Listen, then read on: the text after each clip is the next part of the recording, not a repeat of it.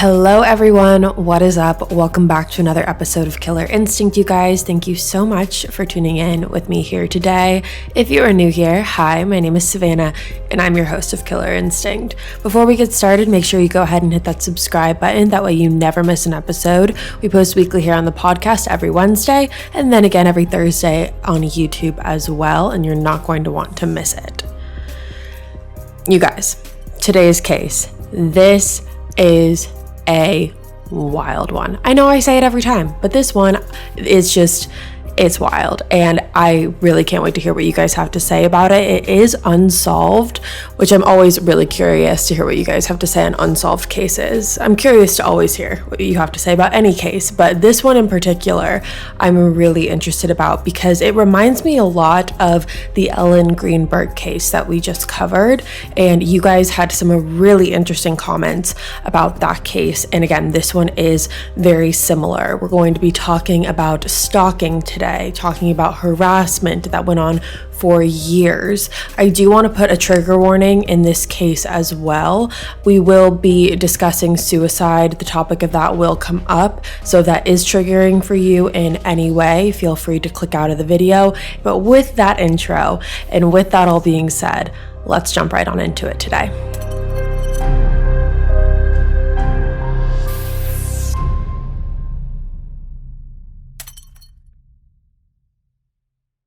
Cindy James was born on June 12th, 1944 to her parents Otto and Tilly Hack. So Cindy's birth name was actually not Cindy James. She grew up with the last name Hack, and her full name was Cynthia Elizabeth Hack. That was her birth name. However, Cindy did change her last name, and we will get into why in a little bit. Now, Cindy's father was a retired Canadian Air Force colonel, and her mother was a stay-at-home mom to Cindy and her 5 younger siblings. The family lived in British Columbia in the suburbs, and Cindy was known for her generosity.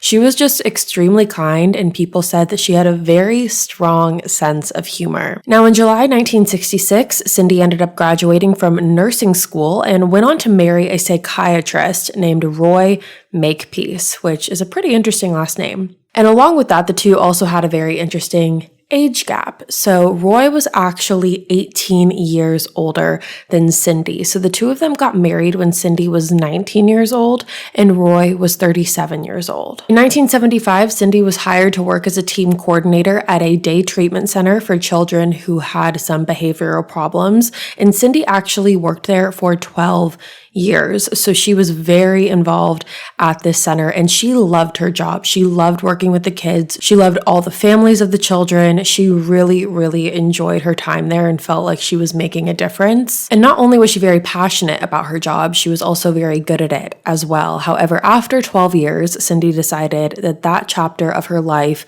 was going to come to an end, and she actually accepted a job at the Richmond General Hospital as a nurse.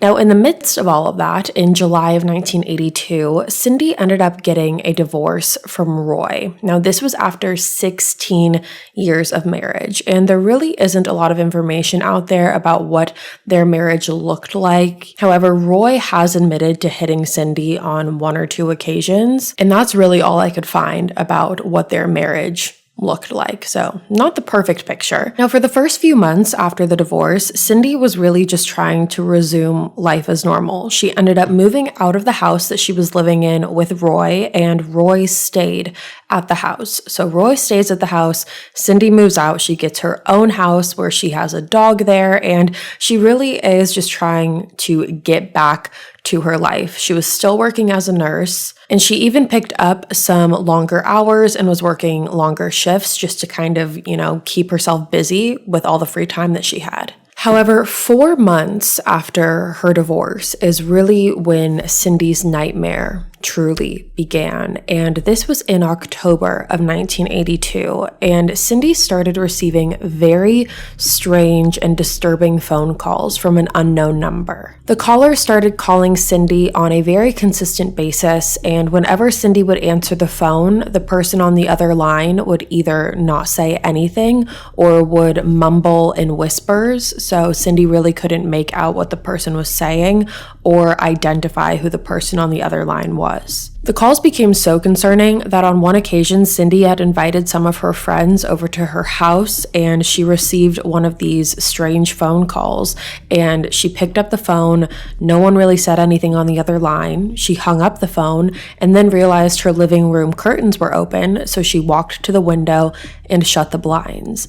Now, very shortly after she did that, she got a phone call, and the person on the other line said, "There's no use in hiding. I know you're in the living room." Now, not only that, it wasn't just the phone calls. Cindy also started receiving some very concerning mail in her mailbox.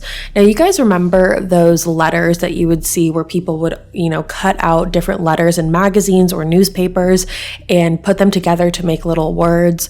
Those were the types of letters that Cindy was receiving. So it would be a piece of paper with all of these letters that were put together to make different words. And the words that were being made were very, very disturbing. Some examples of the letters were, one said, "See you soon," with pictures of a woman being choked and another picture of a knife glued to it, as well as multiple that just said, "Soon, Cindy," and more mail that just said, "We're coming," with the words "beheaded" and "blood" glued to it as well. Another letter said "Merry Christmas" with the words "knife," "mangled," "death," and "pain" all glued to the letter. So finding these in her mailbox along with these phone calls, put yourself in that situation. That would be terrifying. I don't know about you guys, but I couldn't handle that. So after the phone calls started becoming more and more consistent and the mail started becoming more and more consistent, Cindy decided that she couldn't just keep this to herself any longer. So she did decide to tell her parents what was going on. She also called her ex-husband Roy because the two of them were still in contact with each other. And Roy, as well as her parents, both advised her to go to the police and file a police report. So on October 12th of 1982, she went to file the first report, and police spoke with Cindy's family and her friends just to see if there was any enemies that she had that would want to hurt her or want to harass Cindy like this. However, no one could think of a single person that would want to do this to Cindy. Cindy was by all means a very likable person. She worked with little children. She was a nurse. She had a lot of friends. So there was no one that was coming to mind when police were talking to her family and her friends. Now, shortly after the beginning of the phone calls and the mail, the harassment did escalate. 3 days after she reported the initial report to police, she had to call them again because someone had actually thrown a brick through her kitchen window. When that happened, police arrived on the scene. They checked out her backyard, were looking around, but they couldn't find anything, and they couldn't find any evidence that anyone was ever there. Now, that same week, just a couple days later, when Cindy went to bed, right as she was about to get into bed, she noticed that someone had slashed her pillow. And when Cindy saw this, it obviously took her terror to a whole new level because this meant that someone was able to have access to her house. Someone was able to be in her home while she was at work and do this. So after the pillow incident, Cindy calls police again, and this time a different officer is sent out to her house, and this new officer is named Pat Mcbride. Pat also worked for the Royal Mounted Canadian Police Department, and he drove out to Cindy's house to take the report. And once Pat heard what was going on, he basically was convinced from the get-go that this was Cindy's ex-husband who was responsible for all of this, Roy Makepeace. Now, when Cindy heard this, she didn't necessarily want to believe it, or she didn't believe it because she told Pat that Roy was actually the person that encouraged her to call the police, and she didn't think that it would make a lot of sense that if he was the one responsible for this, for him to, encourage her to file a report or encourage her to get outside help. It didn't really make a lot of sense in her mind. However, Pat was still very, very convinced. It just made sense. Now, 2 days later, after Pat took that report, he ended up returning back to Cindy's house and installed deadbolts in all of her doors and also promised to come back daily to check in on her. And he held up that promise. He checked in on her every single day. Now, Pat actually said that in November 1982, so just about a month after all of this started, he ran across Roy patrolling a back alley right behind Cindy's house. And when Pat walked up to Roy and asked him what he was doing, Roy said that he was just concerned about Cindy's safety, so he was monitoring her home. Now, Roy at that time was actually armed. He had 2 guns on him. But again, Cindy didn't really think that there was anything wrong with that. She just thought that Roy was looking out for her. However, Pat, on the other hand, again, he started going to Cindy's house every day, and lo and behold, the 2 of them obviously started spending a lot of time together because of that. And due to that fact, the 2 of them then began a relationship and started dating. The relationship progressed very well and very quickly, so much so that the 2 of them ended up moving in together pretty instantaneously. However, Pat said that the reason for moving in together was to just secure Cindy's safety and to make sure that she was okay. However, after about a month of living together, Cindy did ask Pat to move out of her house. However, the 2 of them didn't end their relationship. They continued to date, they just didn't continue to live together.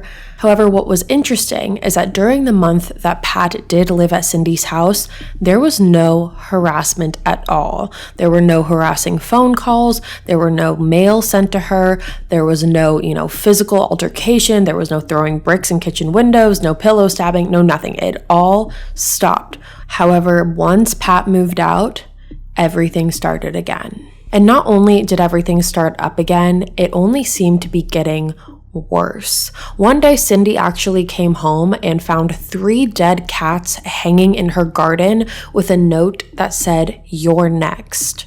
She also had her porch lights completely shattered, and her phone lines would often be cut as well. Now, as a part of the investigation in January of 1983, the police decided to tap into Cindy's phone using her phone company and her phone provider. So they tap into her phone because they want to see where these calls are coming from. And police were able to get some of the calls. However, the calls were so brief that they weren't able to narrow down the exact location that the calls were coming from. So that was January, and now we move on to February, where Cindy suffered her first physical attack. And Cindy had a friend named Agnes. The 2 of them were very close and they hung out very frequently. And one night, Cindy had invited Agnes over just to have a girls' night, as they often did. And when Agnes pulled up to Cindy's house, she went up and knocked on the door, however, wasn't getting an answer. Agnes knew that Cindy was home because her car was in the driveway. So Agnes thought it was possible that Cindy was just taking a bath or just couldn't hear her knocking. So Agnes decided to walk around the back of the house to see if she could see Cindy from the back of the house instead. So Agnes walks to the back of the house, and that is when she finds Cindy outside, crouched down on the floor with a pair of black nylon stockings wrapped around her neck. Now, Agnes quickly helps Cindy get up because luckily she was conscious, she was alive. She helps Cindy get up and takes the nylons off of her neck and immediately asked her what had happened. Now, according to Cindy, right before Agnes got to her house, Cindy decided that she was going to walk out to her garage to grab something from the garage, and the garage was detached from the house. So Cindy had to leave her main house to walk to her garage. So she was outside for a small period of time. However, during the period of time that she was outside, someone came up from behind her and wrapped the black nylon stockings around her neck. The person then began strangling her. However, they did not complete the job because they got spooked once they saw Agnes's car pull up in the driveway. So Agnes literally, according to Cindy, missed this attack by seconds. Now, Agnes asked Cindy if she was able to recall anything from her attacker, if she saw what they looked like, and Cindy said that because her attacker attacked her from the back, Cindy could not see who this person was. However, she said the one thing that she was able to notice was that the person who was attacking her was wearing white sneakers. So that was the only thing that Cindy was able to remember. Now, after this first physical attack, Cindy knew that she could no longer just wait around and wait for the police to do something or wait for them to continue their investigation. She knew that she had to take matters into her own hands, and that is when she decided to make some life changes. Not only did Cindy move out of her house that she was living in, she also changed her last name. So she changed her last name from Hack to James. So that is why she is Cindy James. As I mentioned in the beginning, that is why she changed her last name. Along with those two things, she also painted her car and dyed her hair. So she was really doing all that she could to try and change her identity and make it more difficult for someone to find her. Now, interestingly enough, the house that she ended up moving back into was actually the house that she lived in with Roy. So it was Roy's house that she moved back into. Roy decided that he would, let her live in the house for her safety, and he ended up moving out. So Roy moved out to a different apartment, and Cindy moved in back to the house where her and Roy lived when they were together. Now, you would think all of those, changes combined would make it very difficult for someone to relocate Cindy and to find Cindy again. However, this did not do anything. The harassment only continued and only got worse. Something new that started happening is that Cindy started receiving orders of raw meat to her house, like these giant orders of raw meat with these threatening notes on them saying, "You're next," "dead meat," all of these things. It was nonstop. Cindy could not escape it. And when it comes to the police, every time one of these attacks would occur, they would go out to Cindy's house and investigate the scene and see if they could find any evidence. However, they were never able to find anything. And they would see what had happened. They would see the dead cats or the threatening notes or the porch lights being broken or the brick through the kitchen window. They saw all of that, but they weren't able to get any physical evidence that would prove that someone else was there or that someone else other than Cindy was involved. And Cindy's harassment did not just go on for, a month or 2 months or 6 months or a year or even 3 years. Cindy's harassment and the stalking that she received went on for 7 whole years. And unfortunately for Cindy, because the police weren't able to find any DNA or any evidence of anyone else being involved in this, they started to get a little fed up, and they started thinking that this was kind of a boy who cried wolf situation, because they would get a call from Cindy, they would go out, they would see, some sort of scene, but they would also see that there was no evidence to prove that it was anyone. So they would just kind of be like, all right, there's not really much we can do. And then they would go back home. So this started to become a cycle, and police were starting to not take Cindy very seriously. And Cindy knew this, and she could tell from the get-go that police were not taking this as seriously as they needed to. So Cindy decided to take matters into her own hands, and that is when she hired a private investigator. Now, this private investigator's name is Ozzy Caban, and when Ozzy first met with Cindy and the two of them sat down and Cindy, told Ozzy the whole story, Ozzy did understand why police might be a little skeptical of Cindy, because she did seem very vague when she would explain things. It seemed like there were missing pieces in her story that she was purposely withholding, and Ozzy wanted to find out why. So because of this, Ozzy ended up coming up with the idea of setting up porch lights outside of Cindy's house. That way, if anyone approached Cindy's house, she would be able to see it, because it wouldn't be just completely pitch black, because keep in mind, a lot of these physical attacks were happening at night. Now, along with that, Ozzy also gave Cindy a 2-way radio with a panic button. And this panic button is almost like a life alert. To just put it into modern times, that's essentially what it was.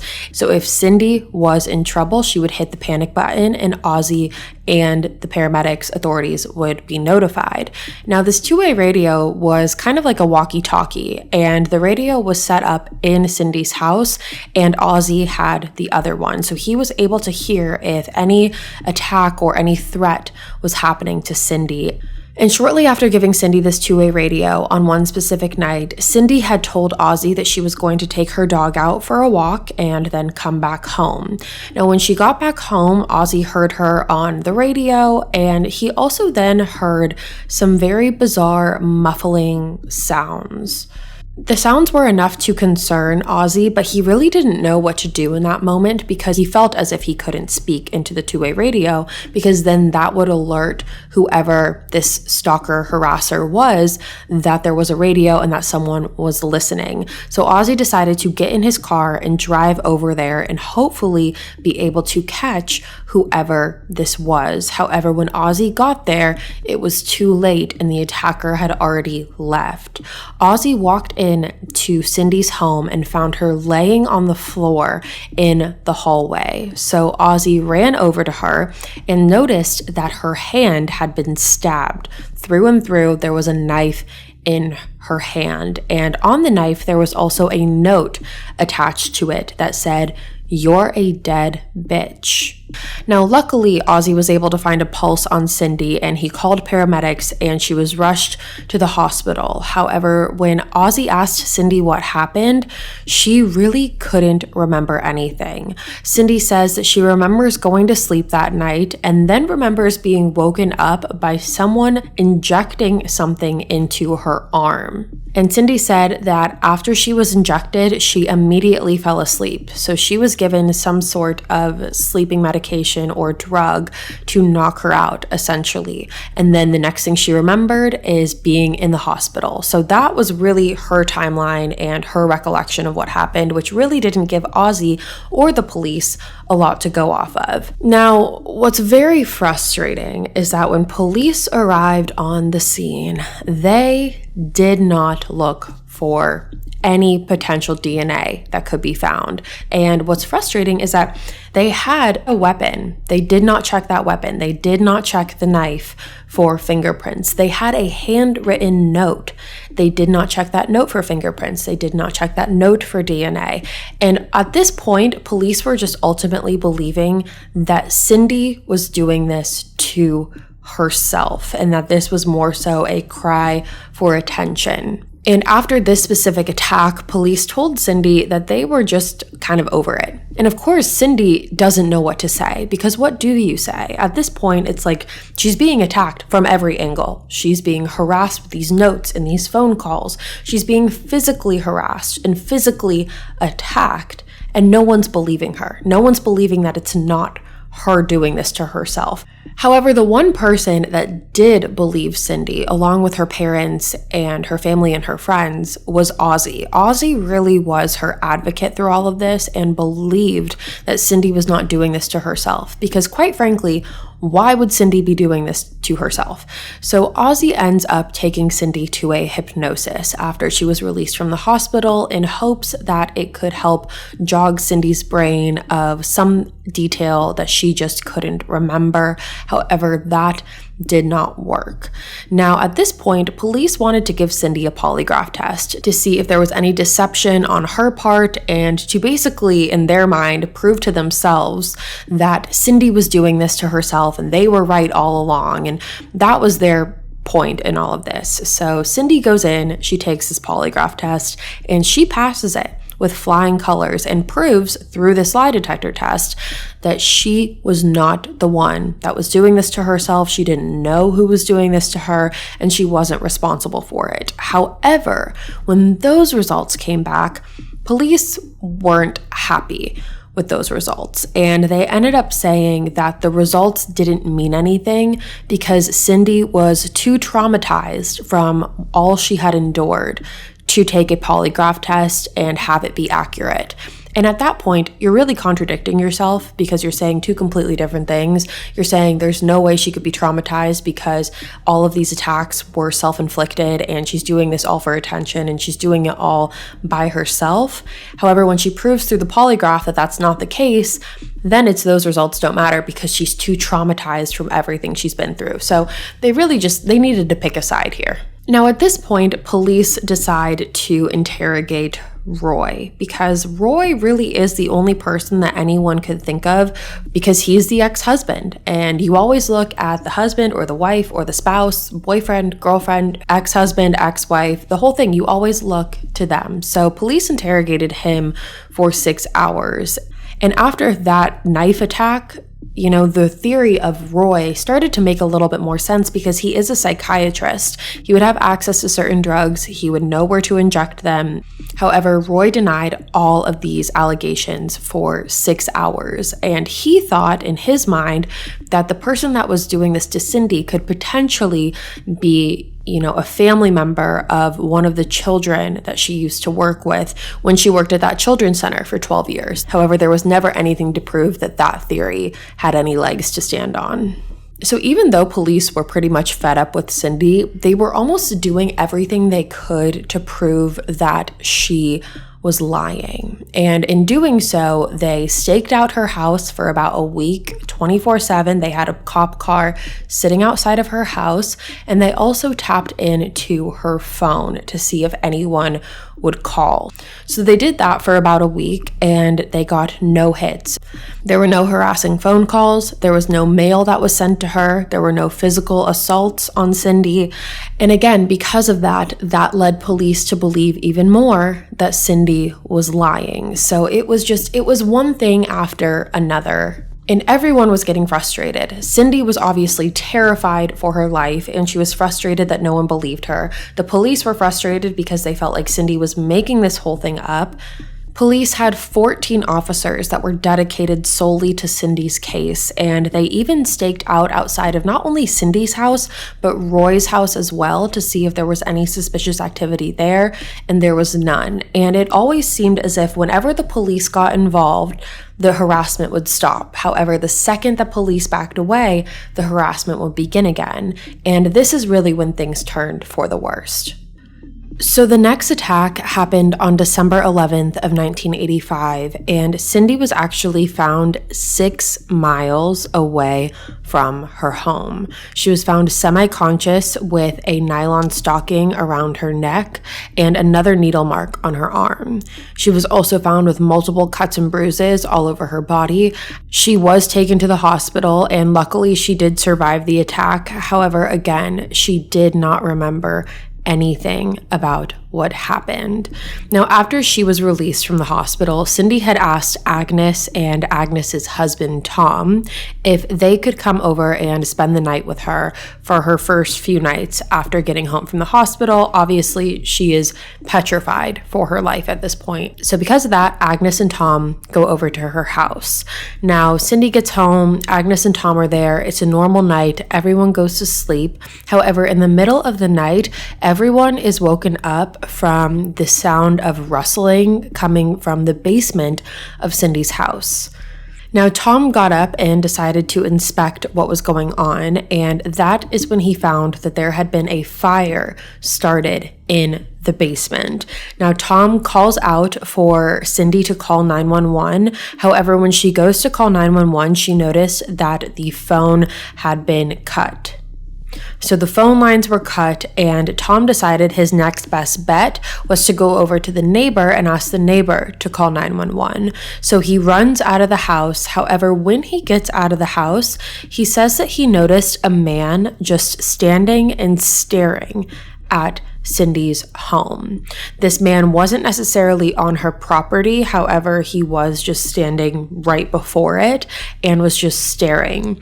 Now, Tom didn't really think anything of it in the moment and just told the guy to call 911. However, instead, the guy just ran off. So Tom, again, is under a tight time constraint. So he runs over to the neighbor calls 911, police arrive, they put the fire out, and And they speak to Cindy again, and again, they said that they couldn't find any fingerprints, couldn't find any DNA. So as far as the fire was concerned, police again said that they believe that Cindy caused the fire herself. Throughout the entirety of all of this, Cindy's parents were very worried about her, and now more than ever, just because not only can you imagine living your life in a fear like this, however, being told that you are crazy and that you're the one that's doing this and not being believed by the people who are supposed to help you, her parents really started to worry about her mental state. And so because of that, Cindy ended up being placed in a psychiatric hospital for about 10 weeks. And obviously the harassment didn't continue while she was at the psychiatric hospital. However, when she came out from the psychiatric hospital, Cindy then went up to her parents and went up to Ozzy and said that she had been withholding some information. Before we move any further, we're going to take a second and thank our sponsors for today's video.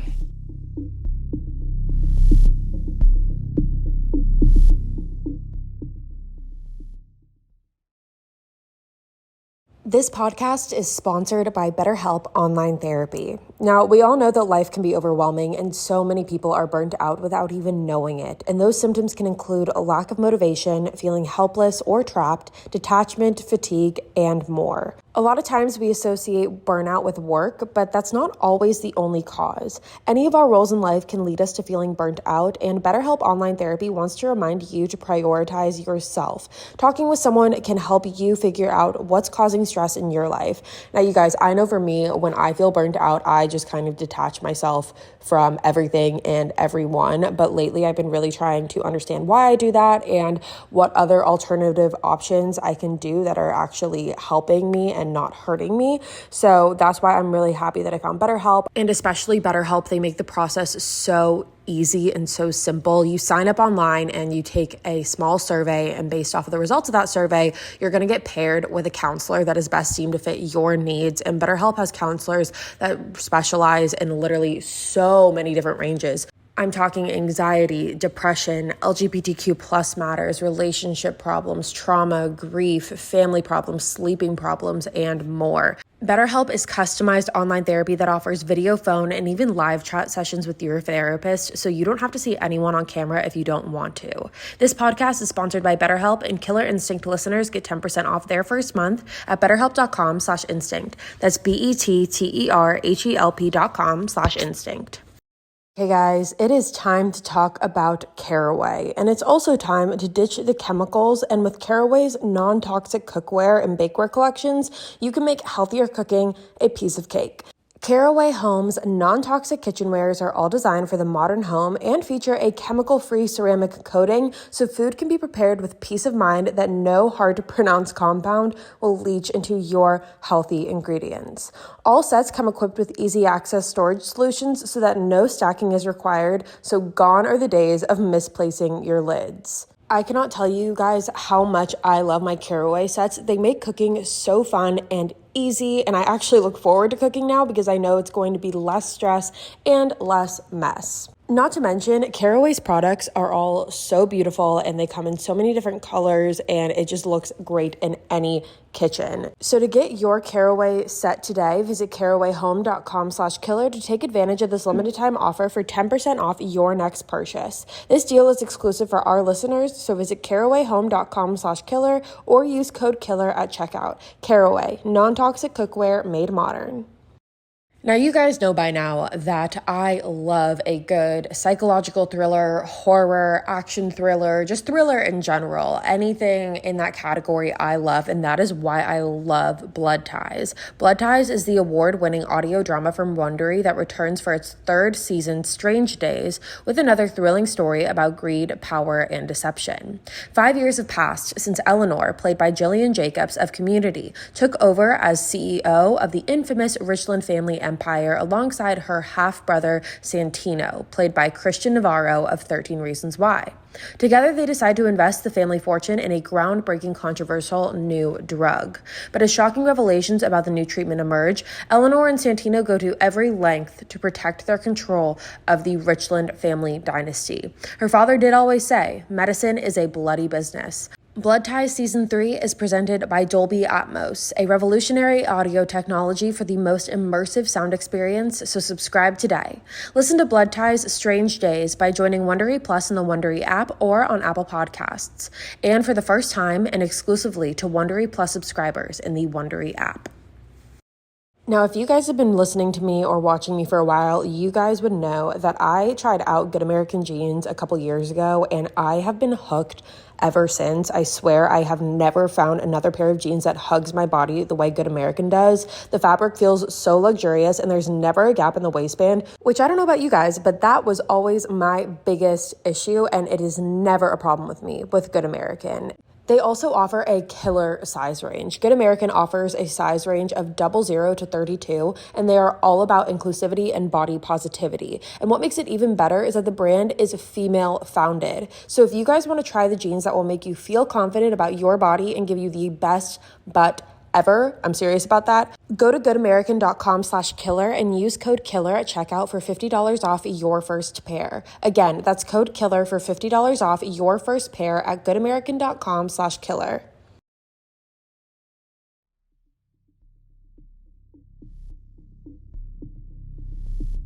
Now, after coming out of the psychiatric hospital, Cindy kind of has a realization moment where she comes to terms with the fact that, if she ever wants this to be solved, if she ever wants this to stop, then she needs to be completely forthcoming. And Cindy told, the police and told her family and told Ozzy that the reason she'd been withholding this information was because she was threatened by her attacker, and said her attacker had told her that if she ever spoke about this to anyone or ever said who she thought her attacker might be, then her family and her friends' lives were going to be put in jeopardy and her family would be killed as well. Now, this piece of information was not necessarily information as much as it was a hunch about who she believed was doing this to her. And after coming out of the psychiatric hospital, she finally admitted that she believed that the person responsible for all of this was her ex-husband, Roy Makepeace. So at this point, police take this information and they go and talk to Roy again. They tell him that Cindy believes that he's responsible for this. They ask him if he's responsible, and he adamantly denies that he has anything to do with this. He's telling police, I gave her my house. I told her to go to police. Like, why would I be involved in this?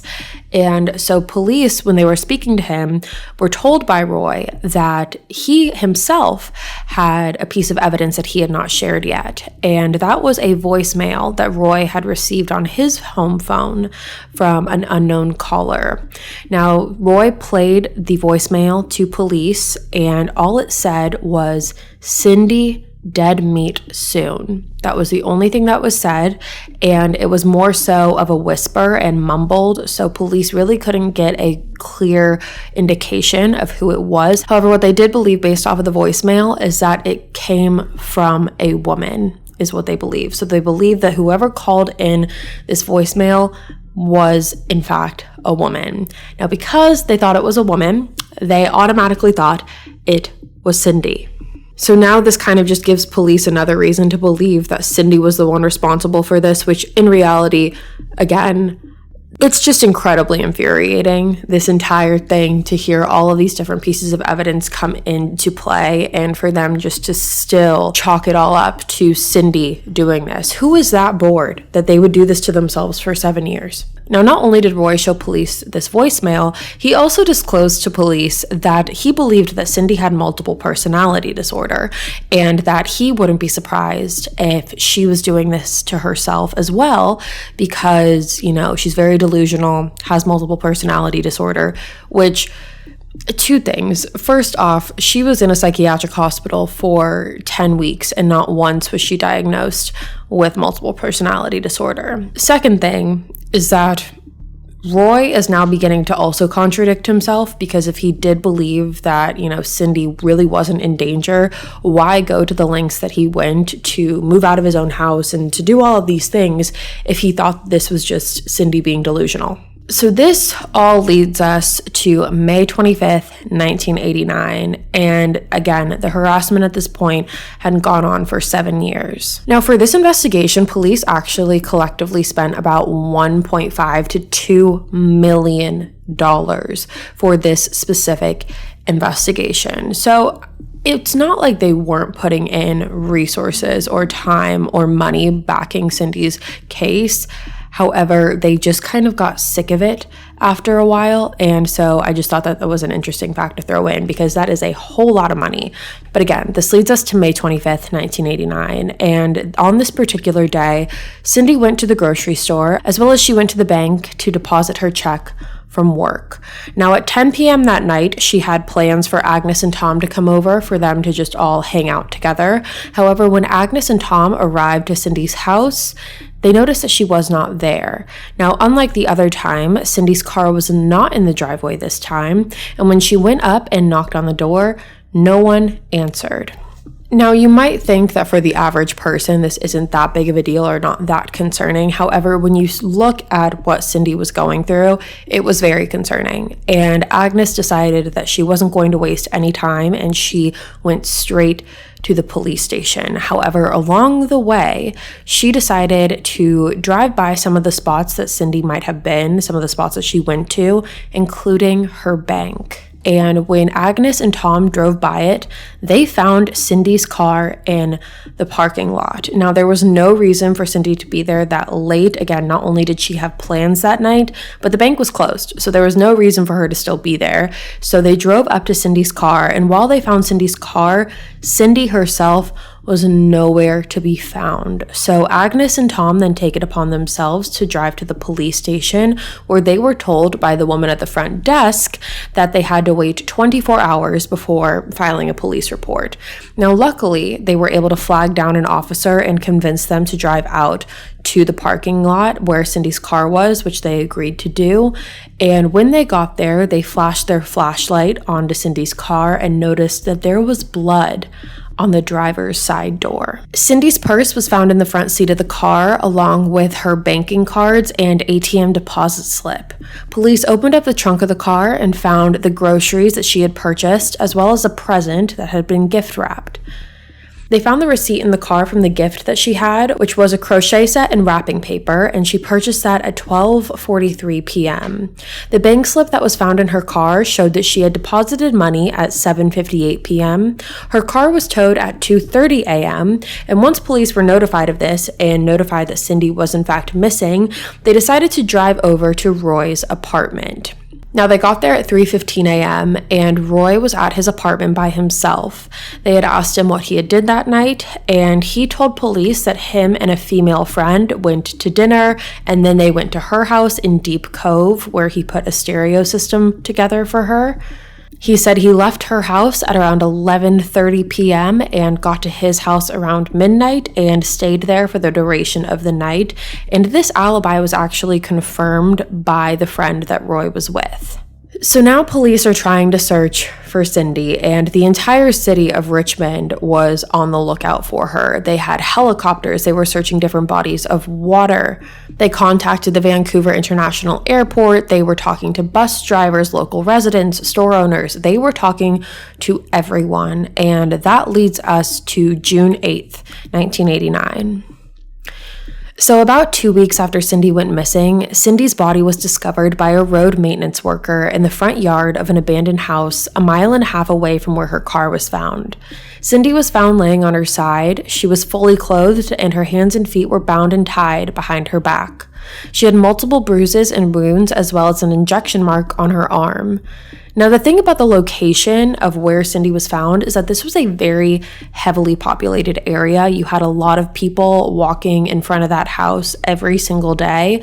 And so because of that, it led a lot of people to believe that Cindy more than likely was just dumped there very shortly before she was discovered, because it really didn't make a lot of sense for the area that she was found in if she had been laying there for 2 weeks, because someone would have found her. So the initial theory was that she had been held captive for 2 weeks and then killed, and then her body was discovered. However, the autopsy said otherwise. The autopsy indicated that Cindy had died on the same day that she went missing. Now, there was an injection mark on her arm, and it was revealed that she had been given a very high dose of morphine and flurazepam, which is a drug very similar to Valium. She again had a black nylon stocking wrapped around her neck. However, police never found the needle anywhere near or in Cindy's car, so the needle had to have been taken with whoever did this. Now, this is where you're absolutely going to lose your mind, because police, even after seeing Cindy's body, weren't convinced that this was a homicide. In fact, they thought it was a suicide. They thought that Cindy herself injected herself with a needle, walked a mile and a half away from her car, tied her hands and feet behind her back, and strangled herself with a black nylon stocking around her neck, all while no one saw her do this, and all while she laid there for 2 weeks. Now, her official cause of death by police was labeled as a morphine overdose. However, the coroner disputed that, and they actually didn't label her death as a suicide, homicide, or accidental. They just said unknown event. Now, here's what we know about morphine, and if there's anything I'm missing about this, please feel free to add that in the comments. However, morphine, supposedly, from everything that I've read, reaches its peak in about an hour. That's when it's at its peak. However, it starts kicking in anywhere between 10 to 30 minutes of initially being injected. Now, let's just roll with the cops' theory here for a second that Cindy injected herself. This was a suicide. She did this all herself. If Cindy had injected herself with morphine and then walked a mile and a half, the morphine would have kicked in on her walk, and with the drugs that were found in her system, because it wasn't just morphine, she would not have been able to tie her hands and feet behind her back and suffocate herself with a nylon stocking. Now, something else that's very interesting with how Cindy's body was discovered, she was found not wearing any shoes, but the soles of her feet were very clean. Now, if she did this herself, if this was a suicide, if she walked a mile and a half from her car all the way to where she was found by herself, her feet would not have been clean. They would have been dirty from walking a mile and a half, but police did not think so, and they still really don't. So that is the case of Cindy James. Those are the facts as we know it, but I want to run through some theories real quick. And the first theory is not going to surprise anyone. The first theory is that Roy Makepeace, Cindy's ex-husband, was responsible for this. Roy, like I said earlier, was a psychiatrist who had access to drugs and would know how to administer them.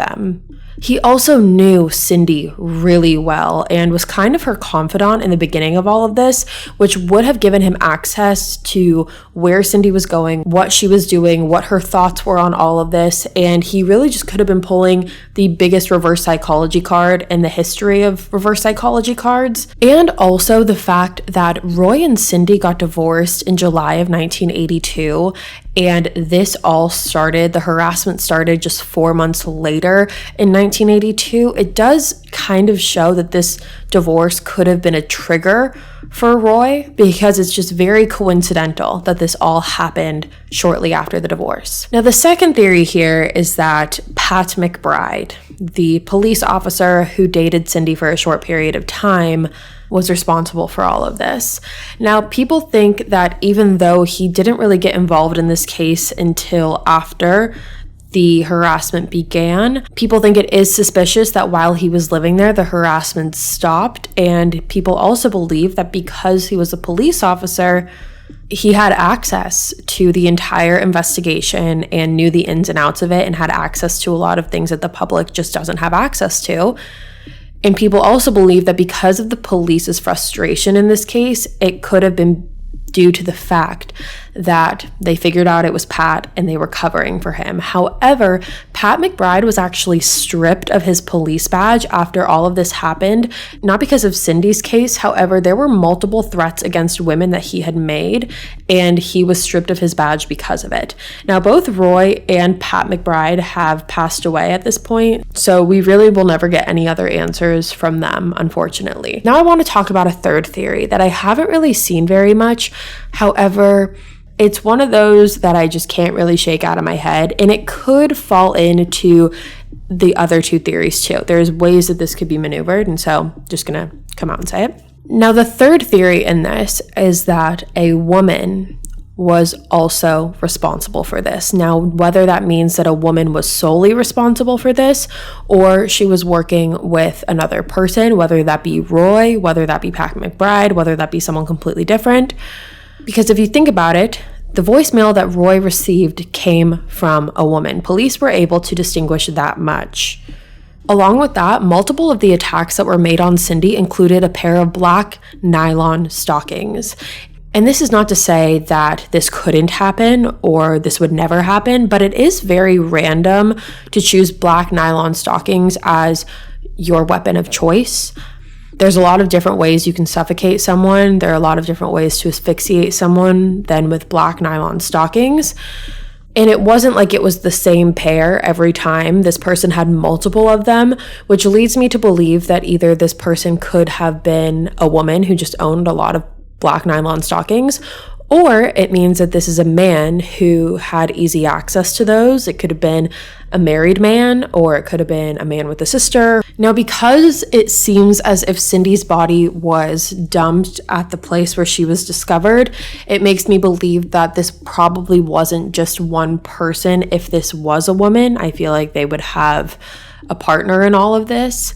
It does make me wonder if Roy was working alongside a woman. Like if Roy had a partner in this who was a woman who was helping him out with all of this, he could have asked the woman to send the voicemail. He could have asked the woman to help him with little things, the black nylons, things like that. And that may be a reach. It probably is a stretch. However, it's just in my mind. So those are the theories I have for you, and I cannot wait to hear what you guys have to say about this one. So with that being said, you guys, that is all for me today. Thank you so much for tuning in to another episode of Killer Instinct. Again, if you are new here, hi, my name is Savannah, and I'm your host of Killer Instinct. Make sure you go ahead and hit that subscribe button. That way you never miss an episode. We post weekly here on the podcast every Wednesday, and then again every Thursday on YouTube as well, and you're not going to want to miss it. I will be back in a couple days with a brand new case for you guys, and until then, stay safe. Bye, guys.